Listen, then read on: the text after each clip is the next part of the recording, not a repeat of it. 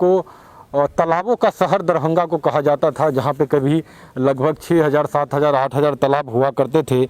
लेकिन क्या हुआ तालाब का, क्या स्थिति बना तालाब को लेकर? बात करें तालाबों का, एक तरफ तो तालाबों का अतिक्रमण हो रहा है, दूसरी तरफ सौंदर्यीकरण के नाम पे प्रकृति के साथ खिलवाड़ हो रहा है। हमारे साथ इसी मुद्दे पे बात करने के लिए तालाब बचाओ अभियान के यहाँ पे उपस्थित हैं, संयोजक उपस्थित हैं नारायण जी चौधरी जी, उनसे हम बात करेंगे। और चूँकि इन्होंने एक आवेदन भी यहाँ के वीसी ललित नारायण मिथिला यूनिवर्सिटी के जो वीसी कुलपति हैं उनको इन्होंने आवेदन दिया है, जो कि जो प्रकृति है उसके साथ खिलवाड़। आपको बता दें कि 2019 में दरभंगा में जल संकट देखा गया और काफ़ी जगह जो है जो चापाकल थे वो सूख गए, पानी की बहुत किल्लत देखा गया 2019 में। काफ़ी बड़ा जो है मुद्दा रहा दरभंगा को लेकर।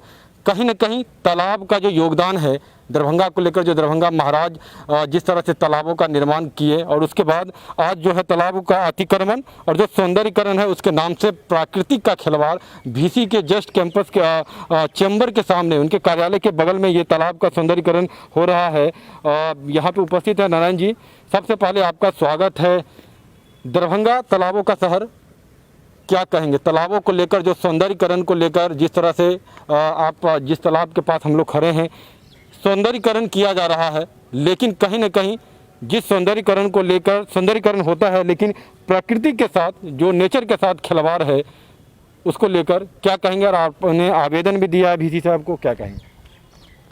देखिए, मेरे लिए ये एक सदमा की तरह है, शॉकिंग है ये। यहाँ पोस्ट ग्रेजुएट डिपार्टमेंट जूलॉजी है, हाँ, रिसर्च होता है, नेशनल इंटरनेशनल लेवल के सेमिनार होते हैं, इन्वायरमेंट, इकोलॉजी, बायोडाइवर्सिटी, नाम है विश्वविद्यालय, ज्ञान का ये केंद्र है। अब आप देखिए कि जो ये अभी हो रहा है, ये कहीं से जो नेशनल ग्रीन ट्रिब्यूनल है उसके आदेश से बना हुआ जो गाइडलाइन है सेंट्रल पॉल्यूशन कंट्रोल बोर्ड के द्वारा, उसके खिलाफ है ये भारत सरकार के जो एक्वेटिक इकोसिस्टम को कंजर्व करने के लिए जो गाइडलाइन बनाया गया है उसके खिलाफ है ये। तो मुझे समझ में नहीं आ रहा है कि ऐसा क्यों हो रहा है। हाँ, ये जो कछाड़ है, ये जो लाल पोर्शन देख रहे हैं ये कछाड़ है। महाराज से ज़्यादा शौकीन ये लोग नहीं हैं, महाराज से ज़्यादा ज्ञानी ये लोग नहीं हैं। ये महाराज ने एक भी तालाब में नहीं किया है। महाराज का जितना तालाब था सब इंटरकनेक्टेड था।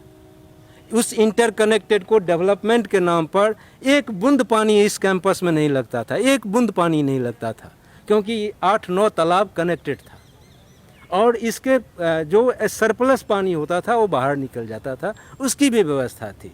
इन लोगों ने सबको तहस नहस किया है। अभी देखिए वहाँ वो बन रहा है और उसके सामने फाउंडेशन बना हुआ है और ऑडिटोरियम का, उसके आगे इन लोगों ने गड्ढा बना दिया है। तो उसका तो आपको दिखाई दे रहा है, लेकिन उसका जो कनेक्शन था इस कैंपस का उसको ख़त्म कर दिया गया है। ये ब्रीडिंग ग्राउंड है, हैबिटेशन ग्राउंड है। आप एक फिश टैंक में कर सकते हैं, फिश टैंक इंडस्ट्रियल पर्पस है, वो एक इंडस्ट्री उत्पादन सेलेक्टेड ब्रीड के उत्पादन के लिए बनाया जाता है, लेकिन ये कल्चरल टैंक है, ये ट्रेडिशनल टैंक है। भारत सरकार की जो गाइडलाइन है, ग्रीन ट्रिब्यूनल का जो है गाइडलाइन, उसका ये खुलेआम है।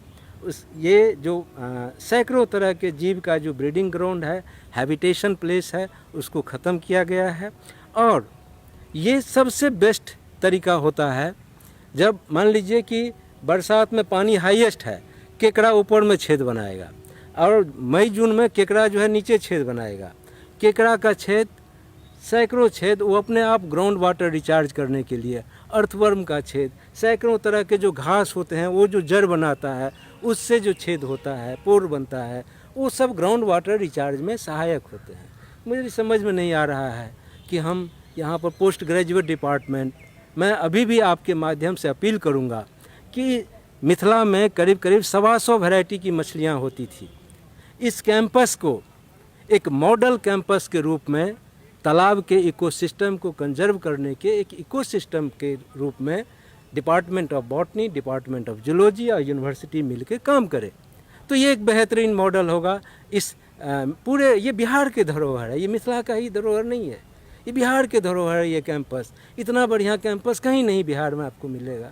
तो इस कैंपस की बचाएं, यही मेरी विनती है। चलिए, आप बता तो रहे हैं इसको लेकर, लेकिन क्या लग रहा है, आपने आवेदन भी दिया है, VC साहब का यहाँ पे कार्यालय है उसके बगल में ही, और आप जिक्र भी कर रहे हैं जी कि विद्या का मंदिर विश्वविद्यालय सबसे बड़ा संस्थान विद्या को लेकर, और आप जिक्र तो कर ही रहे हैं डिपार्टमेंट को लेकर, बोटनी जूलॉजी डिपार्टमेंट को लेकर। क्या लग रहा है ये सौंदर्यीकरण के नाम पे जो प्रकृति के साथ खिलवाड़ है, क्या कहेंगे इसको लेकर?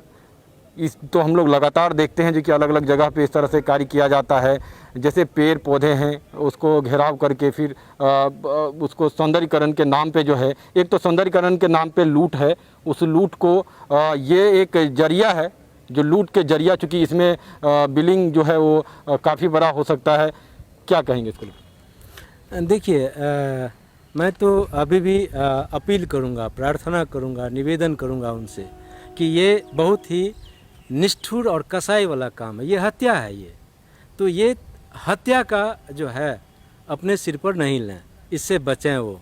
वो भारत सरकार की गाइडलाइन का सम्मान करें, कोर्ट के आदेश का सम्मान करें, किसी एक्सपर्ट से वो ये करें। मुझे लगता है कि नहीं पता ये प्रशासन किस गिरफ्त में फंसा हुआ है कि हमने दिया था इसको बचाने के लिए, आज आए हैं तो देखिए वो जो है भोजपत्र का पेड़ है, ठीक है, एक भी पेड़ के नीचे महाराज ने चबूतरा नहीं बनाया था। ये चबूतरा बना करके उसमें RCC भर देना, कंक्रीट सीमेंट भर देना, जैसे आपका गला दबा दिया जाता है वैसे पेड़ का गला दबा दिया जाता है।